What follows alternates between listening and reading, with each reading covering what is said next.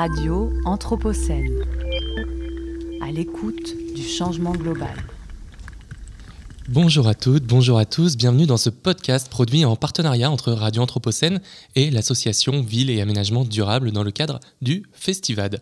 Alors je suis Florian Fontpéry et je vais vous accompagner durant 3 épisodes pour découvrir les partenaires, les projets et le festival de l'association VAD.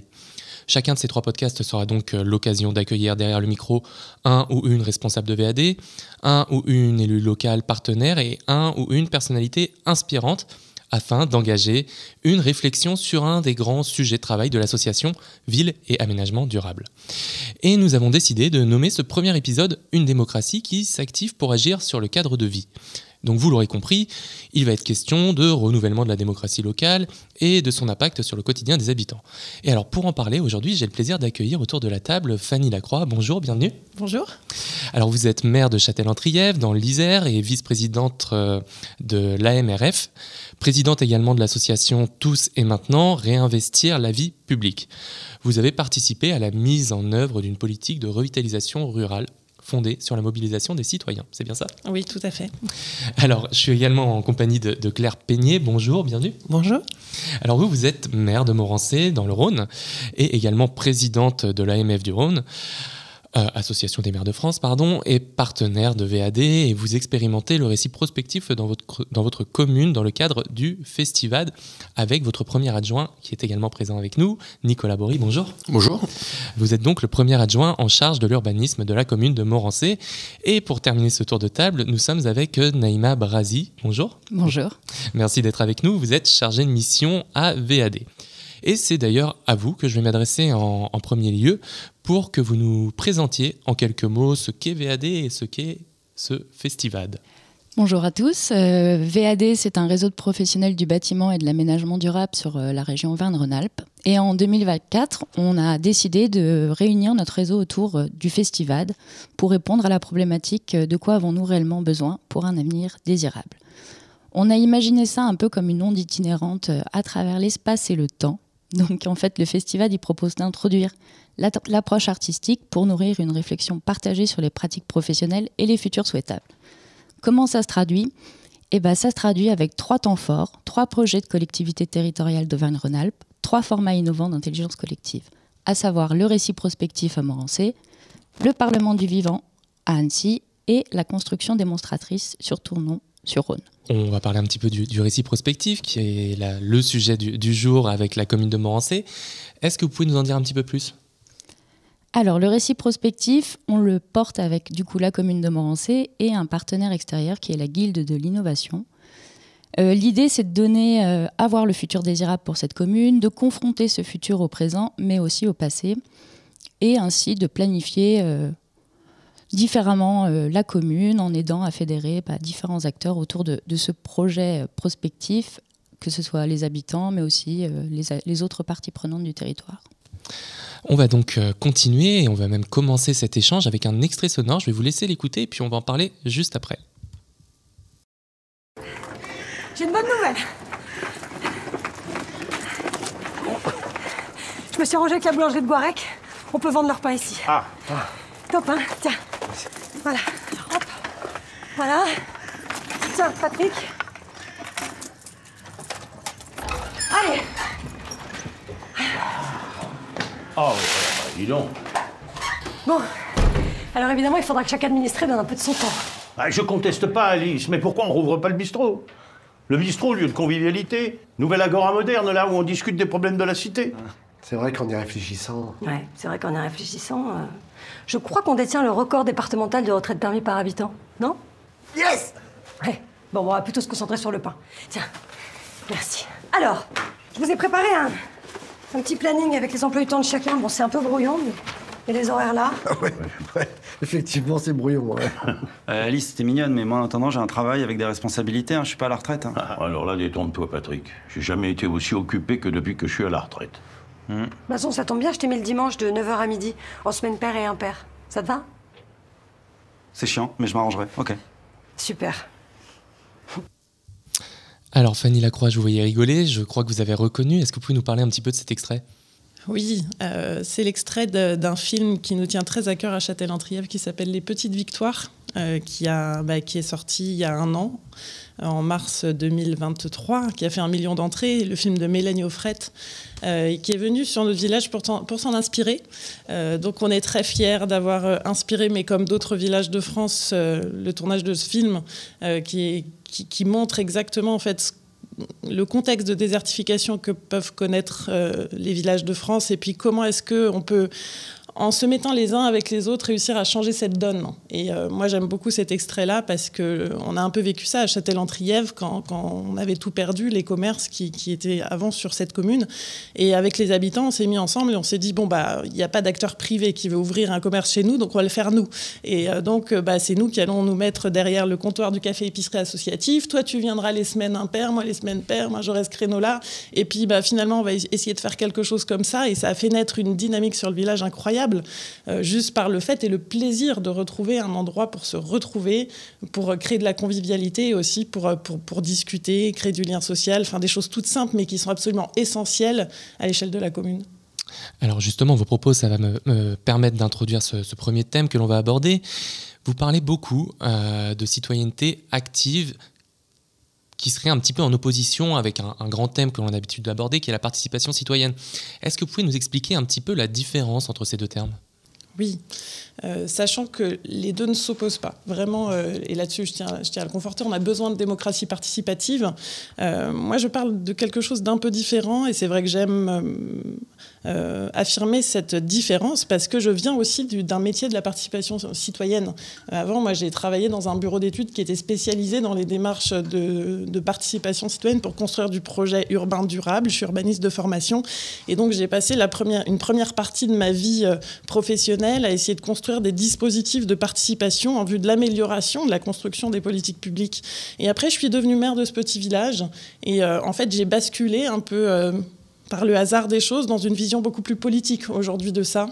Je suis arrivée sur Châtel-en-Trièves, dans un contexte de désertification, d'abord en tant que secrétaire de mairie, parce que j'avais accompagné mon compagnon qui voulait reprendre la ferme de ses parents. Et il y avait ce centre-bourg qui ne vivait plus. Et donc, on a mené cette démarche de réappropriation de ce village pour construire un village rêvé. Et d'un coup, moi, j'ai animé des ateliers participatifs. Et en fait, tout le village s'est mis à faire des propositions et à se mettre concrètement à l'œuvre dans une démarche vraiment de démocratie du faire. Et en fait, ça a dépassé totalement cette impulsion institutionnelle. Aujourd'hui, je vois la citoyenneté active comme quelque chose en soi-même et pour soi-même, pas forcément pour alimenter un projet dans une démarche de démocratie participative. Et donc, je me dis qu'il y a peut-être quelque chose à faire quand on est élu de la République à construire les conditions d'émergence de cette citoyenneté active quand on voit que tellement de nos concitoyens cherchent une modalité de contribution. Et donc, il y a je dis qu'il y a une différence entre cette démocratie participative où ce sont les pouvoirs publics qui organisent une contribution à un projet urbain ou à une politique publique, et donc cette citoyenneté active que nous pouvons cultiver et qui est là uniquement en fait pour créer du lien entre les gens et offrir les capacités d'existence publique de tout un chacun. Claire Peigné ou Nicolas Bory, est-ce que cette notion de citoyenneté active, c'est une notion qui vous parle ? Comment est-ce que vous la saisissez ? Comment est-ce que vous la comprenez ? Alors, je rejoins tout à fait ce qui vient d'être dit. Je pense que la participation citoyenne et la participation active ne s'opposent pas. Elles sont complémentaires. Une participation citoyenne aujourd'hui doit générer une participation active. C'est-à-dire qu'on redonne aux citoyens sa place au cœur de la cité. Je pense qu'on est sur un système d'interrelation. On ne doit plus être dans un système d'opposition. Pour reprendre l'exemple du monde rural, c'est un monde qui bouge beaucoup, qui mute, avec une nécessité de se réinterroger sur le modèle rural, à la fois sur son passé, son présent, pour construire un avenir qui soit positif pour l'ensemble des habitants, mais aussi pour ceux qui l'ont porté pendant de nombreuses années. Donc, pour moi, la participation citoyenne, qui est peut-être un mot à connotation un petit peu politique, on va dire, peut-être doit être...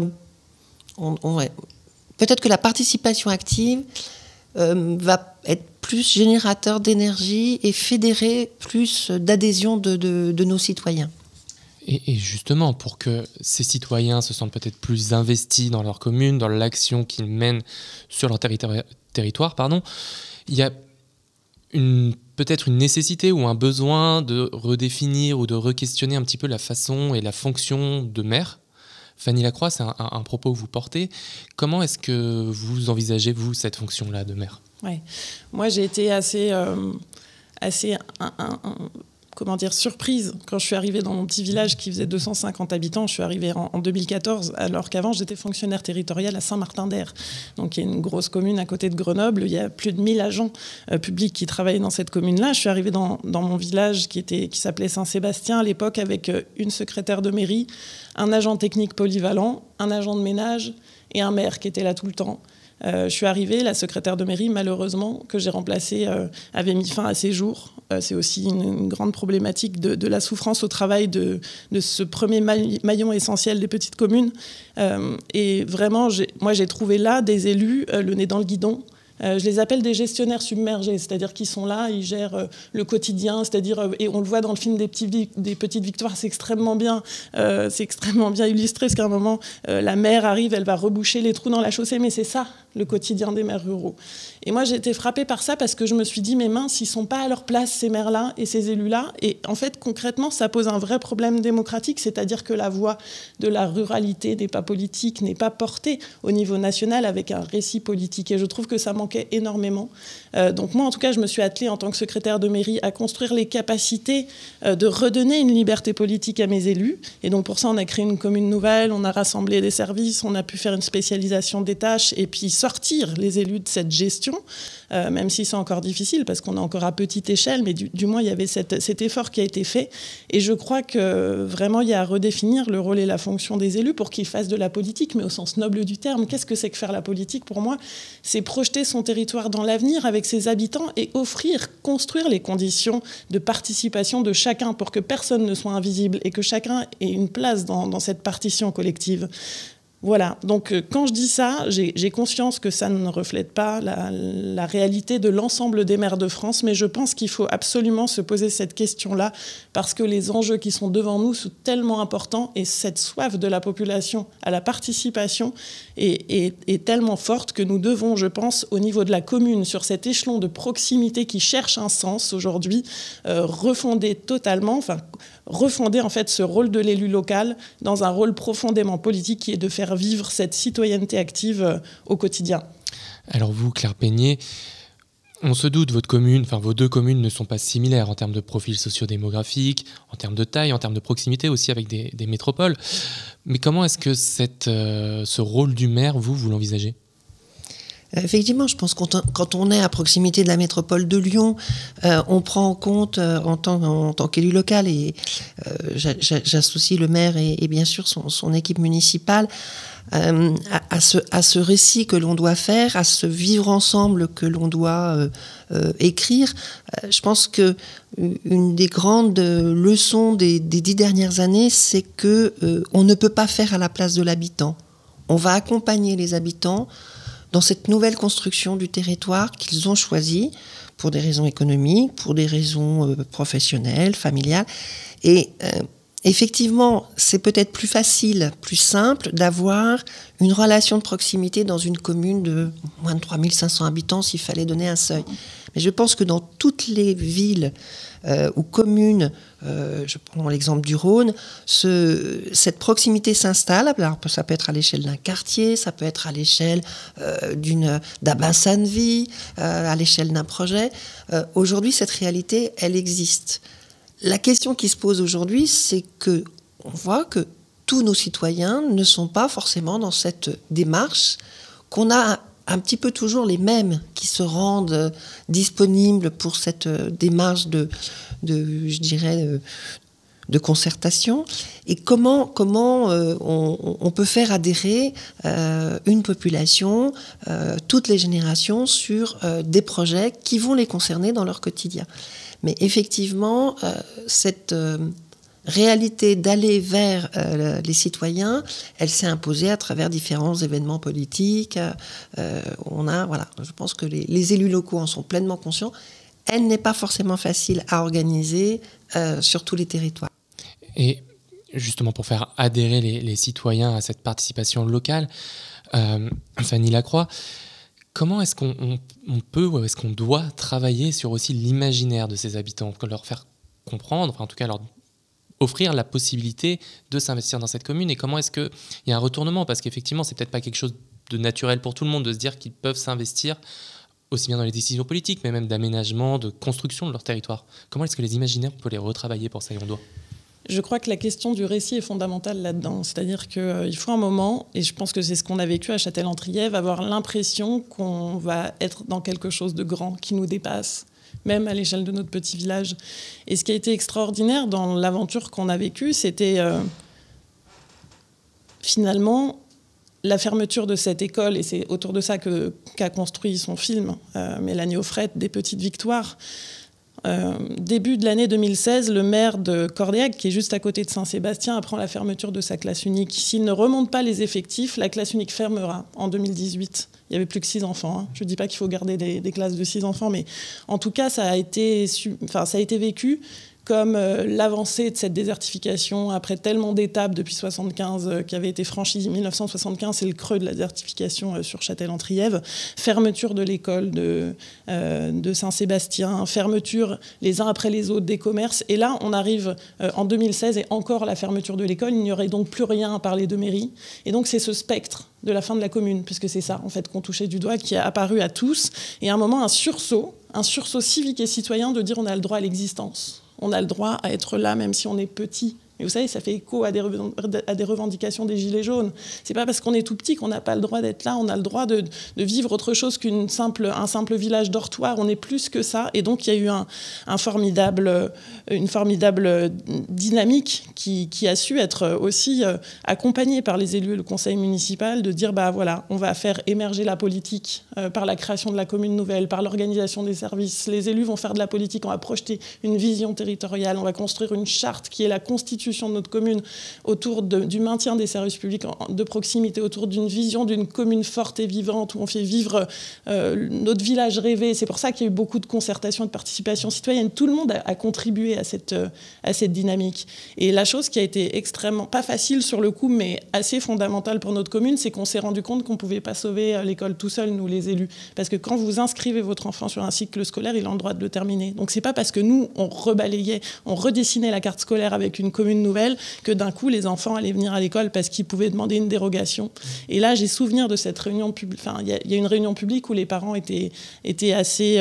ils voulaient pas forcément mettre leurs enfants parce qu'il y avait toutes les organisations personnelles, les enfants qui avaient les copains et tout.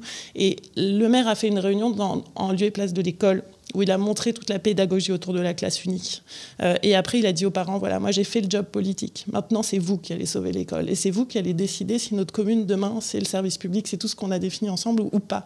Et en fait, le fait d'avoir mis la responsabilité à un moment sur les parents, ils ont sauvé leur école, ils ont construit leur village et ils ont choisi le nom de leur village. Aujourd'hui, Châtel-en-Trièves, c'est un village bien commun qui a derrière tout ça, cette histoire de lutte contre la désertification. Et je crois que c'est pas parce qu'on vit des petites histoires qu'il faut pas leur donner un grand récit. Et je crois que nous, c'est ce qui en fait, le ciment commun de cette maison commune qu'on appelle le village et qui aujourd'hui porte quelque chose de plus grand que nous et qui aussi donne une substance assez incroyable dans les individus que nous sommes. C'est-à-dire que ça a donné de l'énergie à moi-même. Je suis devenue maire, j'aurais jamais pensé ça. Ça a donné de l'énergie à toutes les personnes qui se sont investies et qui ont fait des choses aussi exceptionnelles dans leur vie privée.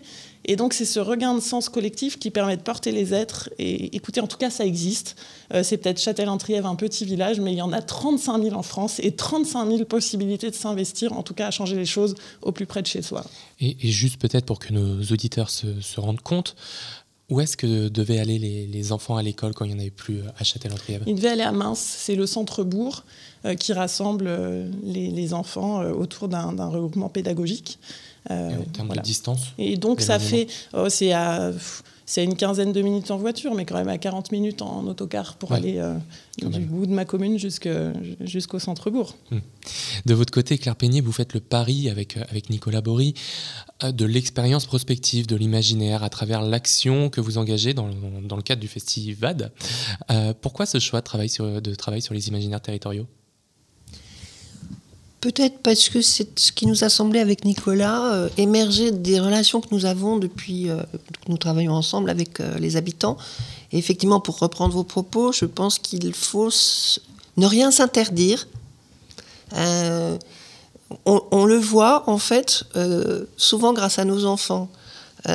Aujourd'hui, on a une classe de notre école qui vient de remporter, d'être lauréate du concours écoloustique, qui parle de ma ville de demain, mon école de demain. Et en fait, c'était, on prend une page blanche et on écrit. Et ces enfants ont écrit des choses absolument magnifiques. Alors, on verra, c'est leur histoire. Et en fait, l'idée, c'est de donner la parole à la génération qui va faire vivre nos territoires. Je pense qu'en tant qu'élu, on est là pour donner un cadre, pour montrer qu'il y a une boîte à outils, pour aussi mettre des actions en face des aspirations. Mais je pense que le récit, pour qu'il prenne vie, c'est aux habitants de l'écrire. Et quand on parle de l'imaginaire, c'est quelquefois un imaginaire extrêmement bien structuré qui s'appuie sur une réalité d'aujourd'hui. Donc voilà, je pense que l'idée, c'était de libérer un peu la parole, et puis je pense qu'on va avoir des très belles choses à travers cette expérience. Oui, nous sommes élus, mais nous sommes avant tout citoyens, habitants de nos communes. Nous sommes élus sur un programme en fonction des collectivités. Mais c'est intéressant de se projeter. Nous, on se projette en tant qu'élus, mais qu'est-ce que veulent réellement les habitants ? Ils habitent la commune, ils fréquentent les services, les associations, ils viennent à la mairie. Qu'est-ce qu'ils veulent pour le futur de leur village ? Et ça, c'est assez compliqué, parce que pour arriver à les faire s'exprimer sur ces questions, moi je suis également urbaniste de formation, donc je participe aussi depuis quasiment 28 ans à des réunions de concertation sur des projets, sur des opérations d'aménagement. C'est toujours compliqué d'arriver à leur faire exprimer aux habitants leur volonté, surtout sur des sujets qui sont parfois un peu compliqués pour eux. Sur ces questions d'aménagement, ils préfèrent souvent nous parler de sujets un peu plus quotidiens, un peu plus terre-à-terre, qui sont importants aussi. Mais la participation au festival avec ce récit prospectif, ça nous permet justement de prendre un peu de hauteur, un peu de recul sur nos pratiques et sur comment on voit notre village dans quelques années. Et on ne peut pas le faire tout seul. C'est un travail qui doit être commun, qui doit être enrichi avec les expériences des uns et des autres, avec le vécu des uns et des autres. Et c'est de se mettre autour de la table et de réfléchir effectivement sans se priver, sans se censurer. Et puis on verra ce qui ressortira de toutes ces réflexions. Et ce travail autour des imaginaires, comment est-ce que ça permet aussi peut-être de faire adhérer à une nouvelle histoire, à un nouveau récit politique, et à celui d'un développement qui serait peut-être plus durable aussi ? Moi, je veux bien apporter une partie de la réponse. Je pense qu'aujourd'hui, nos habitants, et quelle que soit la génération, on peut parler aussi de nos aînés, nous demandent, c'est un terme qui revient souvent, de prendre soin de nos territoires. Nous avons des aînés qui nous disent « Mais vous vous souvenez, Madame le maire, ce ruisseau, ce fossé, cette parcelle ?» On a reçu en héritage une histoire, un patrimoine, qui soit bâti, qui soit naturel. Et on a un peu ce devoir, quand on s'engage comme élu, de dire « Ce patrimoine, je vais peut-être participer à son histoire le temps d'un mandat, mais comment je le transmets aux générations futures ?» Et justement, je pense que il est nécessaire d'être dans ce récit, d'abord parce qu'on s'est rendu compte qu'un certain nombre d'habitants, pour la plupart nouvellement arrivés sur la commune, ne connaissaient pas toutes les richesses, tout le potentiel, tout ce qui avait porté cette commune, et au-delà d'ailleurs le territoire du Beaujolais, puisque notre commune est dans le Beaujolais. Et donc je pense que c'est important à un moment de leur dire, voilà, ce territoire, c'est pas celui des élus, c'est le vôtre. Prenez-le en main, ce que vous disiez. C'est un moment, c'est vous qui allez sauver l'école, c'est vous qui allez avoir une politique durable sur l'aménagement du territoire, sur l'urbanisme, sur les constructions. On le voit aussi au niveau de la santé. Donc effectivement, à un moment, c'est peut-être de remettre en responsabilité nos habitants de toutes les générations. Je dirais que les élus ont un rôle de facilitateur, mais ils n'écriront pas tout seuls la trajectoire et l'histoire de leur territoire. C'est vraiment une histoire d'habitants. Fanny Lacroix, vous vouliez réagir ? Oui, sur la question de l'écologie, en fait, ça revient systématiquement. C'est-à-dire que comme c'est quelque chose de profondément vécu par les gens, on est sur des approches où les gens construisent eux-mêmes ce qu'ils ont envie de voir, c'est profondément lié au territoire, au quotidien, à ce qui fait, ce qui nous attache à ces lieux qui sont si exceptionnels. Et peut-être que le milieu rural aussi est particulièrement bien doté de ce point de vue-là. Je rappelle que c'est 88% du territoire qui comprend les biens communs naturels, c'est-à-dire un accès à la nature et au vivant qui est absolument incroyable. Et je crois que c'est une chance aussi de notre pays d'avoir ce patrimoine naturel qui permet vraiment une sensibilité et ensuite de pouvoir construire des leviers d'engagement. Donc nous, c'est vrai que ça revient de manière prégnante sur l'ensemble des actions qui veulent être mises en œuvre par les citoyens. C'est-à-dire, c'est prendre soin du village, prendre soin des producteurs, c'est construire aussi les lieux de l'ESS, c'est du café épicerie associatif où on met en lien les producteurs locaux pour mieux manger ensemble, créer du lien social. C'est les jardins partagés de Châtel-en-Trièves où on réapprend à faire de la permaculture, où on se transmet des savoir-faire, où on transmet des graines. Ça va être aussi comment est-ce qu'on prend soin de nos alpages avec les agriculteurs et notre espace Natura 2000. Comment est-ce qu'on arrive à écrire aussi cette connaissance du milieu naturel et à la transmettre. C'est tout ça, en fait, qui vient avec la vie du village et qui ne peut pas en être coupé. Donc, je dirais que c'est même assez naturel et c'est ce qui arrive en transversal de l'ensemble des réflexions de la population, c'est clair. Alors, les deux expériences dont on discute depuis le début de notre échange se déroulent certes sur des territoires, comme on le disait tout à l'heure, qui ont des profils un peu différents, mais tout de même dans des communes plutôt rurales et peu densément peuplées. Est-ce que ces expérimentations, en fait, est-ce qu'elles pourraient renouer le lien entre politique locale et citoyen à des échelles beaucoup plus grandes, comme dans des métropoles? Comment est-ce qu'il faudrait faire pour que ça fonctionne à ces échelles-là? Est-ce que c'est possible? Oui, c'est une très bonne question que vous posez là. Moi, je pense que c'est plus facile, et du coup, ma collègue l'a dit, dans des petites organisations politiques. Et c'est en ça où moi, le fait d'arriver, de découvrir le village a changé ma conception de la politique. Et c'est pour ça aujourd'hui que je suis maire. C'est parce que je suis maire d'un village de 500 habitants et que j'ai l'impression qu'ensemble, on constitue un collectif qui peut changer la vie.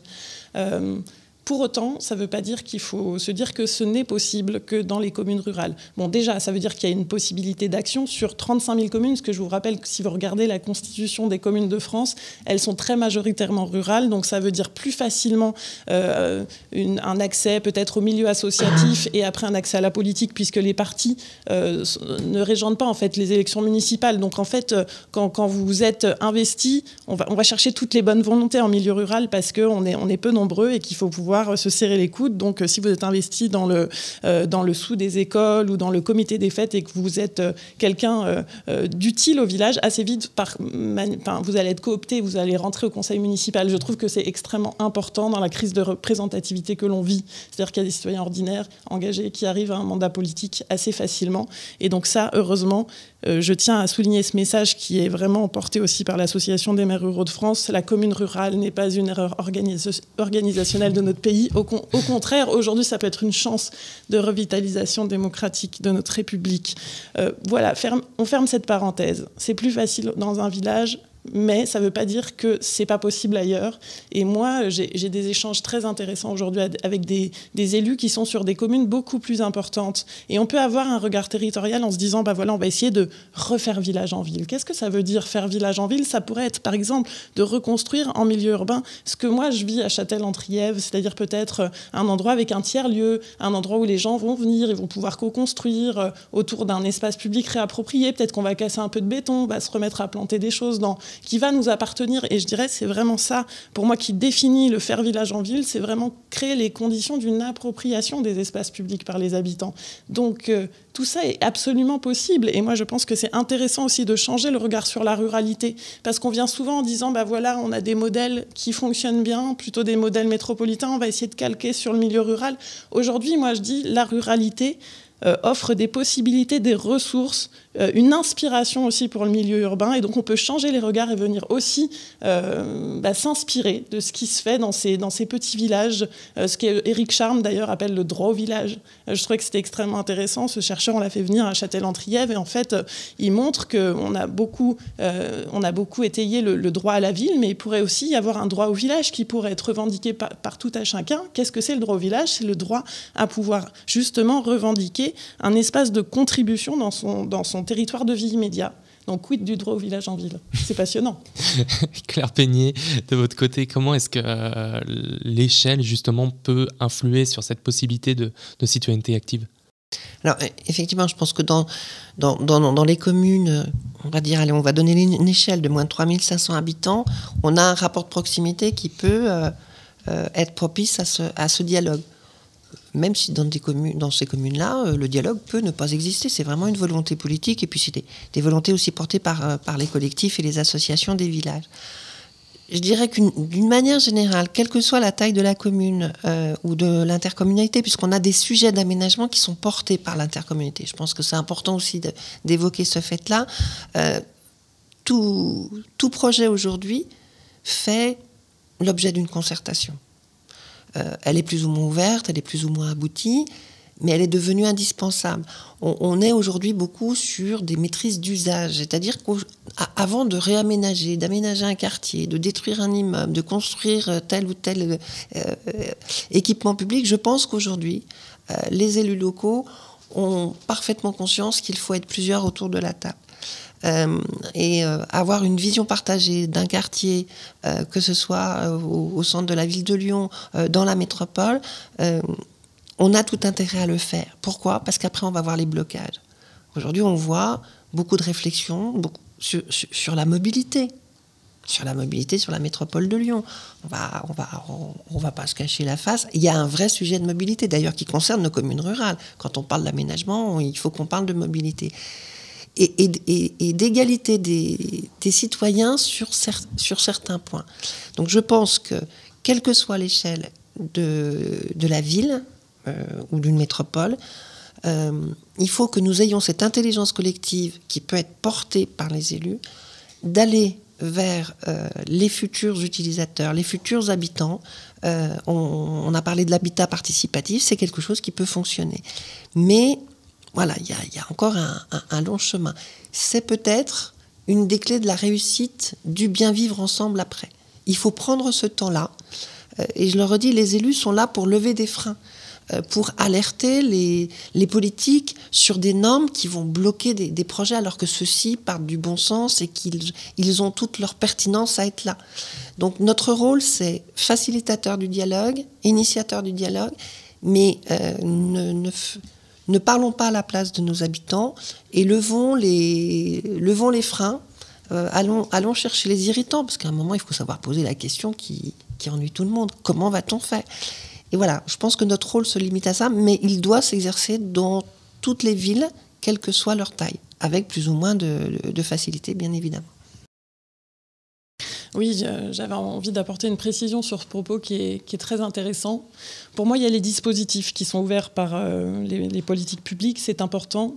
Mais vraiment, je dirais qu'il faut aussi cette notion d'espace. Il faut un moment de l'espace de respiration dans les villes pour permettre l'inattendu, permettre de construire ses possibilités, que chacun puisse mettre prendre les choses en main concrètement. Et donc, ça ne passe pas que par un dispositif de participation, ça passe aussi par une forme d'aménagement de l'espace sur du territoire de respiration, du territoire en friche, du territoire où tout n'est pas construit, où on peut encore se dire, allez, je vais gratter la terre, je vais mettre les mains ici, je vais commencer à construire des choses, à fabriquer avec les autres. Et je dirais, il y a vraiment un aspect sensible et du faire par la main qui est extrêmement important aussi sur cette conquête du droit au village et de la citoyenneté. C'est que c'est pas uniquement un exercice intellectuel. Je trouve qu'en France, trop souvent, on est cantonné sur cet exercice intellectuel, on attend de la réunion publique, de l'atelier de participation, et je dirais il y a quelque chose du sensible que nous, on vit beaucoup dans nos ruralités, et qui est de bien, on va prendre du bois, on va construire les étagères du café-épicerie, viens, on va mettre les mains dans la terre, on fait les jardins, viens, on va entretenir les sentiers, on va prendre la débroussailleuse, et il y a ce côté-là qui emmène en fait toute une population dans sa diversité. Voilà, donc je voulais apporter aussi cet élément de complémentarité. Nicolas Bory. Oui, cette question de la participation citoyenne au projet, on s'aperçoit que quelle que soit l'échelle, finalement, on a souvent des personnes qui sont opposées au projet qui viennent aux réunions. Parce que c'est plus facile de se mobiliser contre que pour.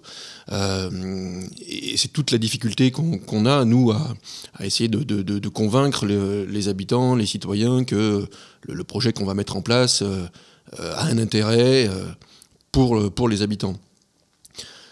Cette question des lieux partagés, de convivialité est extrêmement importante.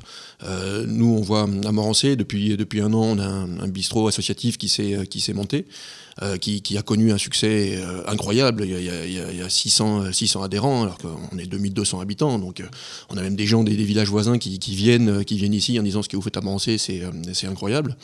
Et il y a d'autres usages qui sont en train de se développer. Et nous, on a un projet de tiers-lieu aussi dans notre village pour justement renouer ce lien social. Alors on a la chance, nous, d'avoir beaucoup d'associations dans le village, on a une vraie vie associative, on a les conscrits dans le Beaujolais, c'est extrêmement important.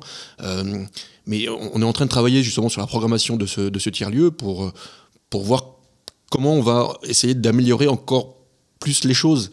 Les conscrits. Oui, pardon.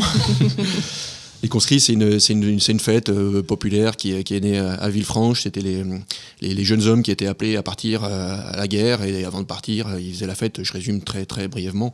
Et en fait, ça marche par décade. C'est-à-dire que c'est tous les gens qui sont nés une année qui se terminent par 0, par 1, par 2, par 3, voilà. Et donc donc ça veut dire qu'on a 10 associations déjà dans le village qui regroupent toutes les générations, tous les milieux sociaux. Et c'est extrêmement précieux d'avoir ces associations. Il y a toutes les autres associations culturelles, sportives évidemment, mais on a ce lien qui existe depuis des années et des années et qui se transmet, et c'est important. Oui, peut-être aussi, il me semble que sur ces lieux, ce qui est important aussi, c'est de construire les capacités d'animation. C'est-à-dire que ça ne vit pas par soi-même toujours. Et c'est vrai qu'on ne parle pas souvent de ça, c'est-à-dire c'est un aménagement du territoire, de construire ces lieux définis de citoyenneté active qui appartiennent aux citoyens, et après de construire les capacités d'animation de ces lieux. C'est-à-dire qu'on a besoin de ce coordinateur de tiers-lieux. On cherche un peu les noms d'ailleurs, on ne sait pas trop comment les appeler. C'est les nouveaux métiers de la fonction publique peut-être demain, de venir un peu en chef d'orchestre, de savoir repérer les facilités des uns et des autres, de pouvoir mettre en lien, faire écho, faire émerger du projet partagé. Moi j'appelle ça ma jardinière sociale. Donc aujourd'hui j'ai un agent à Châtel-en-Trièves, sur une petite commune de 500 habitants. On a créé un poste sur ce mandat. C'est Lucie.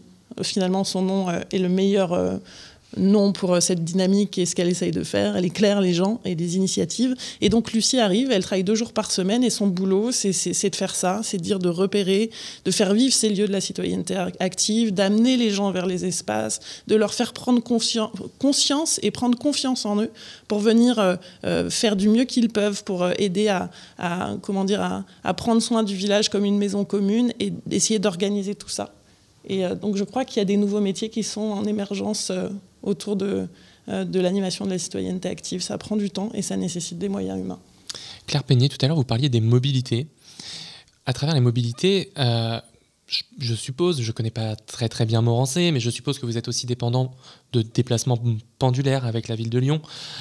Comment est-ce que justement ces mobilités, ces déplacements pendulaires, c'est peut-être moins le cas à Châtel-en-Trièves, comment est-ce que ça entraîne des difficultés justement dans la citoyenneté active de vos habitants? C'est un sujet qui est au cœur de la thématique de l'aménagement du territoire pour les communes qui sont périmétropolitaines. Aujourd'hui, on a à peu près 70% de nos actifs qui vont aller travailler sur la métropole. Alors, avec la notion du télétravail, on va dire que les choses ont changé, mais un petit peu à la marge. Et on a ce constat que il y a eu un abandon, il y a plusieurs années, du réseau de transport secondaire sur l'ensemble de notre territoire. Et aujourd'hui, on nous dit, dans le cadre de la politique environnementale, qu'il faut favoriser les mobilités douces, qu'il faut favoriser le transport collectif. Mais on se retrouve confronté avec des situations qui ne sont pas satisfaisantes sur la fréquence des trains, sur des lignes qui ne sont plus fonctionnelles. Et on est dans un paradoxe aujourd'hui dans l'aménagement du territoire, parce que je pense que chaque élu sur son territoire prône une vraie politique d'aménagement durable vertueuse sur le plan environnemental, mais avec ce paradoxe que finalement on va être encore très voiture dépendant sur nos territoires. Donc c'est pour ça qu'il faut qu'on travaille avec la métropole. On ne doit pas avoir de cassure. Il faut que le dialogue s'instaure entre métropole et territoire périurbain pour trouver des solutions. Mais les solutions, elles nécessitent des financements. Donc ça, c'est aussi une des thématiques avec lesquelles on est confronté régulièrement avec nos habitants. Et il y a tellement d'acteurs dans ce champ de la mobilité que finalement tout le monde dit c'est pas moi, c'est l'autre. Et ça, c'est une réponse que ne veulent plus entendre nos habitants. Donc ils vont être porteurs de solutions innovantes, de covoiturage, etc. Mais à un moment, si vous voulez, oui, je pense que la mobilité est un facteur clé de l'aménagement et de l'attractivité de nos territoires. Aujourd'hui, on parlait tout à l'heure de la désertification des écoles. Moi, je suis en charge pour l'Association des maires de France du secteur de la santé. Aujourd'hui, la première chose que va regarder un professionnel de santé pour venir s'installer dans un territoire dans le nord du Beaujolais, c'est 1, s'il y a une école.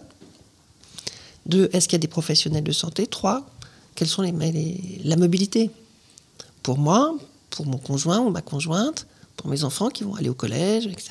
Et donc, aujourd'hui, si, dans le cadre de la revitalisation de nos territoires et dans le cadre d'une vraie politique d'aménagement durable, la mobilité doit être un vrai sujet et je pense qu'il faut y mettre des moyens financiers. Voilà. Donc, oui, je pense que c'est un petit appel très net. Alors, on arrive à la fin de notre échange, mais je vais vous poser quand même une dernière question à tous les trois, qui est une question centrale du Festivad. La question, vous allez chacun à votre tour y répondre, c'est de quoi avons-nous réellement besoin ? Claire Peigné, je vous laisse commencer. De nous parler, d'échanger, de rêver ensemble. Nicolas Bory. Nous avons besoin des uns et des autres. Nous avons besoin de sortir de chez nous. Nous avons besoin de rencontrer, de redécouvrir nos voisins, de redécouvrir les gens qui habitent à côté de chez nous. Nous avons besoin de villages partout sur le territoire national. Et Naïma Brazi. Moi, j'ai envie de dire, on a besoin de se retrouver le 13 juin pour la soirée de lancement du Festivad à Zadigacité à Lyon et découvrir tout ce qui va s'en suivre. Et aussi profiter de la présence de la marraine de cette édition, qui est Juliette Keff, du coup présidente et cofondatrice de Vers le Média. Et puis tous les partenaires qui nous accompagnent aussi sur ce Festivad, à savoir la Compagnie des Prairies pour la chorégraphie et l'agence Keyblind, vous, et puis ceux qui sont mobilisés sur les formats. Eh bien, l'appel est passé. Fanny Lacroix, Claire Peigné, Nicolas Bory et Naïma Brazi, un grand merci pour avoir participé à ce premier podcast en partenariat entre Radio Anthropocène et l'association Ville et Aménagement Durable dans le cadre du festival. Merci beaucoup, à bientôt. Merci à vous. Radio Anthropocène, à l'écoute du changement global.